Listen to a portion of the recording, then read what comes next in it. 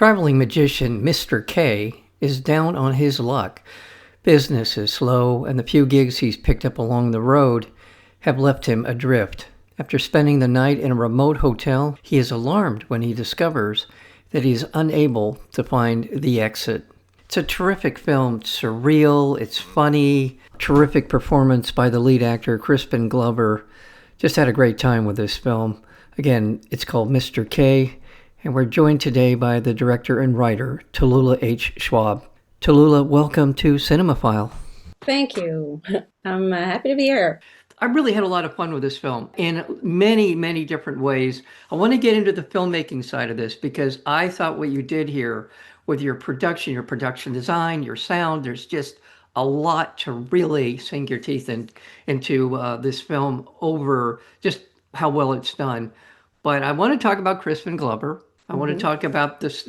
We'll get into the story itself, but obviously a hugely important part about contributing to the success of this film. He has been off the radar, at least on my radar, for a while, and he does a terrific job here. He's just really, really good. Talk a little bit about how this story came about, and at what point did you think Crispin Glover's the man I want to be in this role? I wrote it for many, many, many years, 20 years actually, going on this movie. While I was writing it, I didn't think of who would make it. It was just like who the person was, and I was more maybe inspired by Haruki Murakami, Kafka, all sorts of Alice in Wonderland. All things that books and filmmakers that I've seen. Then when we were going in production, then I was thinking, okay, who is going to play this role? And he is in every scene, so it's very, very important. And then immediately it was Crispin Glover, because Crispin Glover, he has such a completely unique personality and also a way of playing roles. I saw him first time Wild at Heart, doing a tiny little role. I don't know if you remember that one, where he's saying, "I'm eating my lunch." And it's very small, but I had never seen anybody play a role that way. It was so eccentric, so interesting. And what's so interesting with Crispin is that you can't pin him down. You're not sure whether he's likable or not, whether he is very, very ordinary or completely crazy. That's how out of worldly his characters on film are. And that was why I wanted him to be Mr. K, because I wanted him to not be so easily pinned down and also be very interesting just by being in this world. The fantastic thing was that Crispin is somebody who loves surrealism and everything weird. So he immediately was interested, and we had a Zoom, and we hit it off. So then the rest is history. Well, that's great because, I mean, for a character who we only get to know as Mr. K, that right in and of itself lends itself to all kinds of interpretations of whether it's a reference to somebody else or it's just a character who was an open book. But you're absolutely right. And one of the things I love about him in his performances is he has such an expressive face. I love his face. I love watching his face. I mean, he's not the most eccentric person in the movie. He is actually sort of the sane one. I needed someone who, being the sane one was still hugely interesting.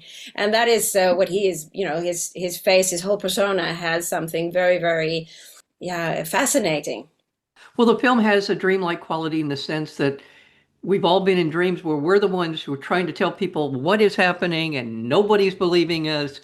And we're kind of getting sent down these dark places in terms of our interpretation or their interpretation. It's just it puts you in that space. And the film does an amazingly good job from the get-go, from him walking up the stairs into this massive hotel castle. I mean, who knows what it, and then once we're inside, everything is just a little bit off, just enough. Not only the person at the front desk who just sets things in motion for me, that's the thing with her face and one eye is different than the other. I don't want to give it away too much, but I just thought the way that you brought us into the story, and then meeting the two older women, and then everything's just kind of, it just goes from there. Uh, So let's talk about the way you wanted to tell this story. Not only did you write the script, but you wanted it to unfold in a certain way, in a certain pace. Let's talk about that as well. it comes from me feeling I'm not very socially equipped. So I was always trying to find out how social gatherings, how this worked. And what I want you to feel actually in the movie is that you get pulled like in a tsunami through from the one thing to the other, and constantly you're trying to find out what's going on. What is the meaning of this? What am I supposed to be doing? That was the feeling you should have through the whole thing, and then trying to figure out what you're supposed to be doing or thinking. Mr. K is as I said in the introduction, a traveling magician. That alone sets us up. Again, there's just so many kind of cues in the telling of the story that his ability to manipulate reality is going to play out in ways that, as you just described, he is the one trying to put reality back together in Mhm. his world, and everyone else is pulling it apart. And it's kind of a reflection of as a magician, that's what he does for a living. So to see that kind of transition for him in the film, and then just a great cast of very interesting people. Everybody Yeah, I was very interesting. lucky because there are quite a lot of smaller parts, but played by really, really good actors, really interesting actors from different parts of the world. The reason why I could get them, I think, was because the characters they play, they're so special. They took this little character and they just went with it. And it's not so often you can play a character that, is so eccentric, or you can completely go all out. So I think that's why they all said yes. Was that your direction on set? Were you giving them a lot of latitude just Yeah, they directing? had to Yeah. follow the script. So there was this eccentricities already in the script. Okay. Of course, every actor brings, their thing in there, and makes it even better. So actually, the funny thing is, for example, Crispin himself, his character was maybe written with more humor than he plays it, but it gives a great contrast that he played it more low key, and that gives a very good contrast to all the others, which Exactly. are then bigger, So that's a good example of how an actor then takes the script or takes the character and gives it just a little touch to the right or to the left, or and gives them all their eccentricities. Really well done. Everybody, every single character that I see in this film brings just something that is memorable Mhm. and befitting of the sort of the controlled chaos of the environment that they're living in. I just want to remind our listeners we're speaking with Tallulah H. Schwab, and she is the director and writer of a wonderful, wonderful film called Mr. K. And it is opening at the IFC Center in New York City on October 8th with Q&As after the screenings on October 8th and 9th. It will be opening here in Los Angeles on October 21st at American Cinematheque, Los Feliz Theater 3, and also in Chicago on the 24th at the Music Box Theater in Chicago, followed by a national rollout. So be looking for this wherever you may be hearing our conversation. Yeah, and now I want to talk about the filmmaking part of it because I've alluded to it. First of all, the sound design is great in this Mhm. film. It looks like you put a lot of time and attention into Yeah. creating sounds and dropping them in at different parts of the film that really were important. Let's talk about your sort of your philosophy on sound here. The idea was, first of all, it has to bring the big house to life. That is when it gives actually sound to the antagonist. And also, I wanted to that every single place you come to is a different like realm, or there is a different social structure, and that every one of these groups has a different sound. That was basically it, and then the it was fun to find out how, and what every place would sound like. I had so much fun with that part of it. And I And worked with then fantastic sound people also from Norway. you're a Norwegian-based filmmaker, right? I'm actually Amsterdam based, but it was a co-production between Belgium, the Netherlands, Norway, and little Finland. I was born in Norway, but Okay. I am in Amsterdam. So And then the other part of it is the look of it. Essentially, the hotel is a character. A lot Mm. of different characters actually in the film, and I just love the look of it. I love the color scheme in the hotel itself, the different colors that really set things off and just puts you in a different world. I had a fantastic cameraman, Frank Griebe. That was a great guy to work with. It was a big movie and difficult to get realized, and we didn't have that much money.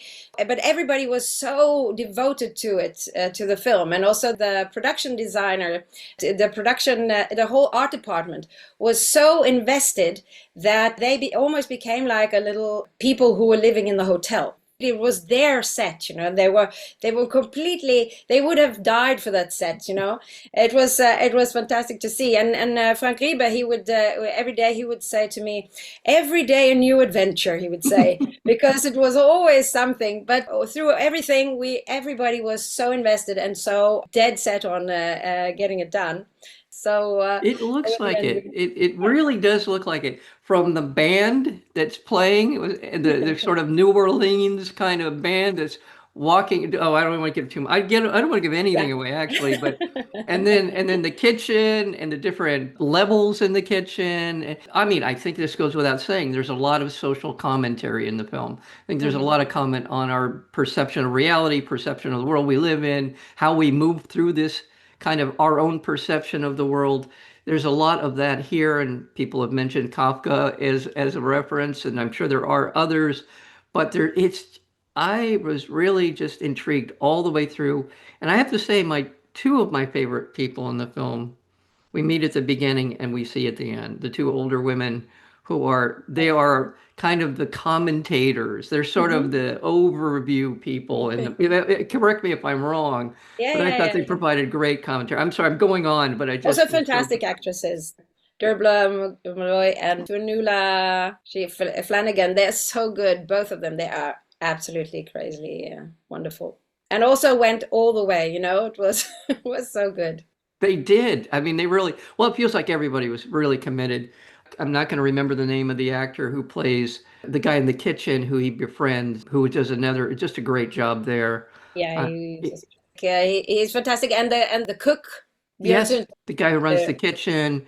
I mean, all of it and everything kind of turns on these surreal incidents, certain kind of just minutia of living. And all of a sudden they become hugely important in the telling of each of yeah. these character stories. Congratulations on Mr. K. It's a great film. Thank So, you. and again, I'm to anyone who's listening to this, if you care about independent cinema, and this is a great example of that, who managed to make something feel bigger and more broadly in terms of the production values as well as the story itself. It's a subtle statement on the world we navigate our lives in, and also the different ways in which things can either go completely well or completely off the rails. And it's all we're not in control. We're not steering this plane. We are along for the ride, and that's what I love about the film. Just enjoy it. Enjoy your time here and enjoy this wonderful film, Mr. K. Thank you for this. Thank you. Yeah. Well, again, the film is called Mr. K. We've been speaking with the director and writer, Tallulah H. Schwab. Tallulah, thank you so very much for your time today. Thank you too.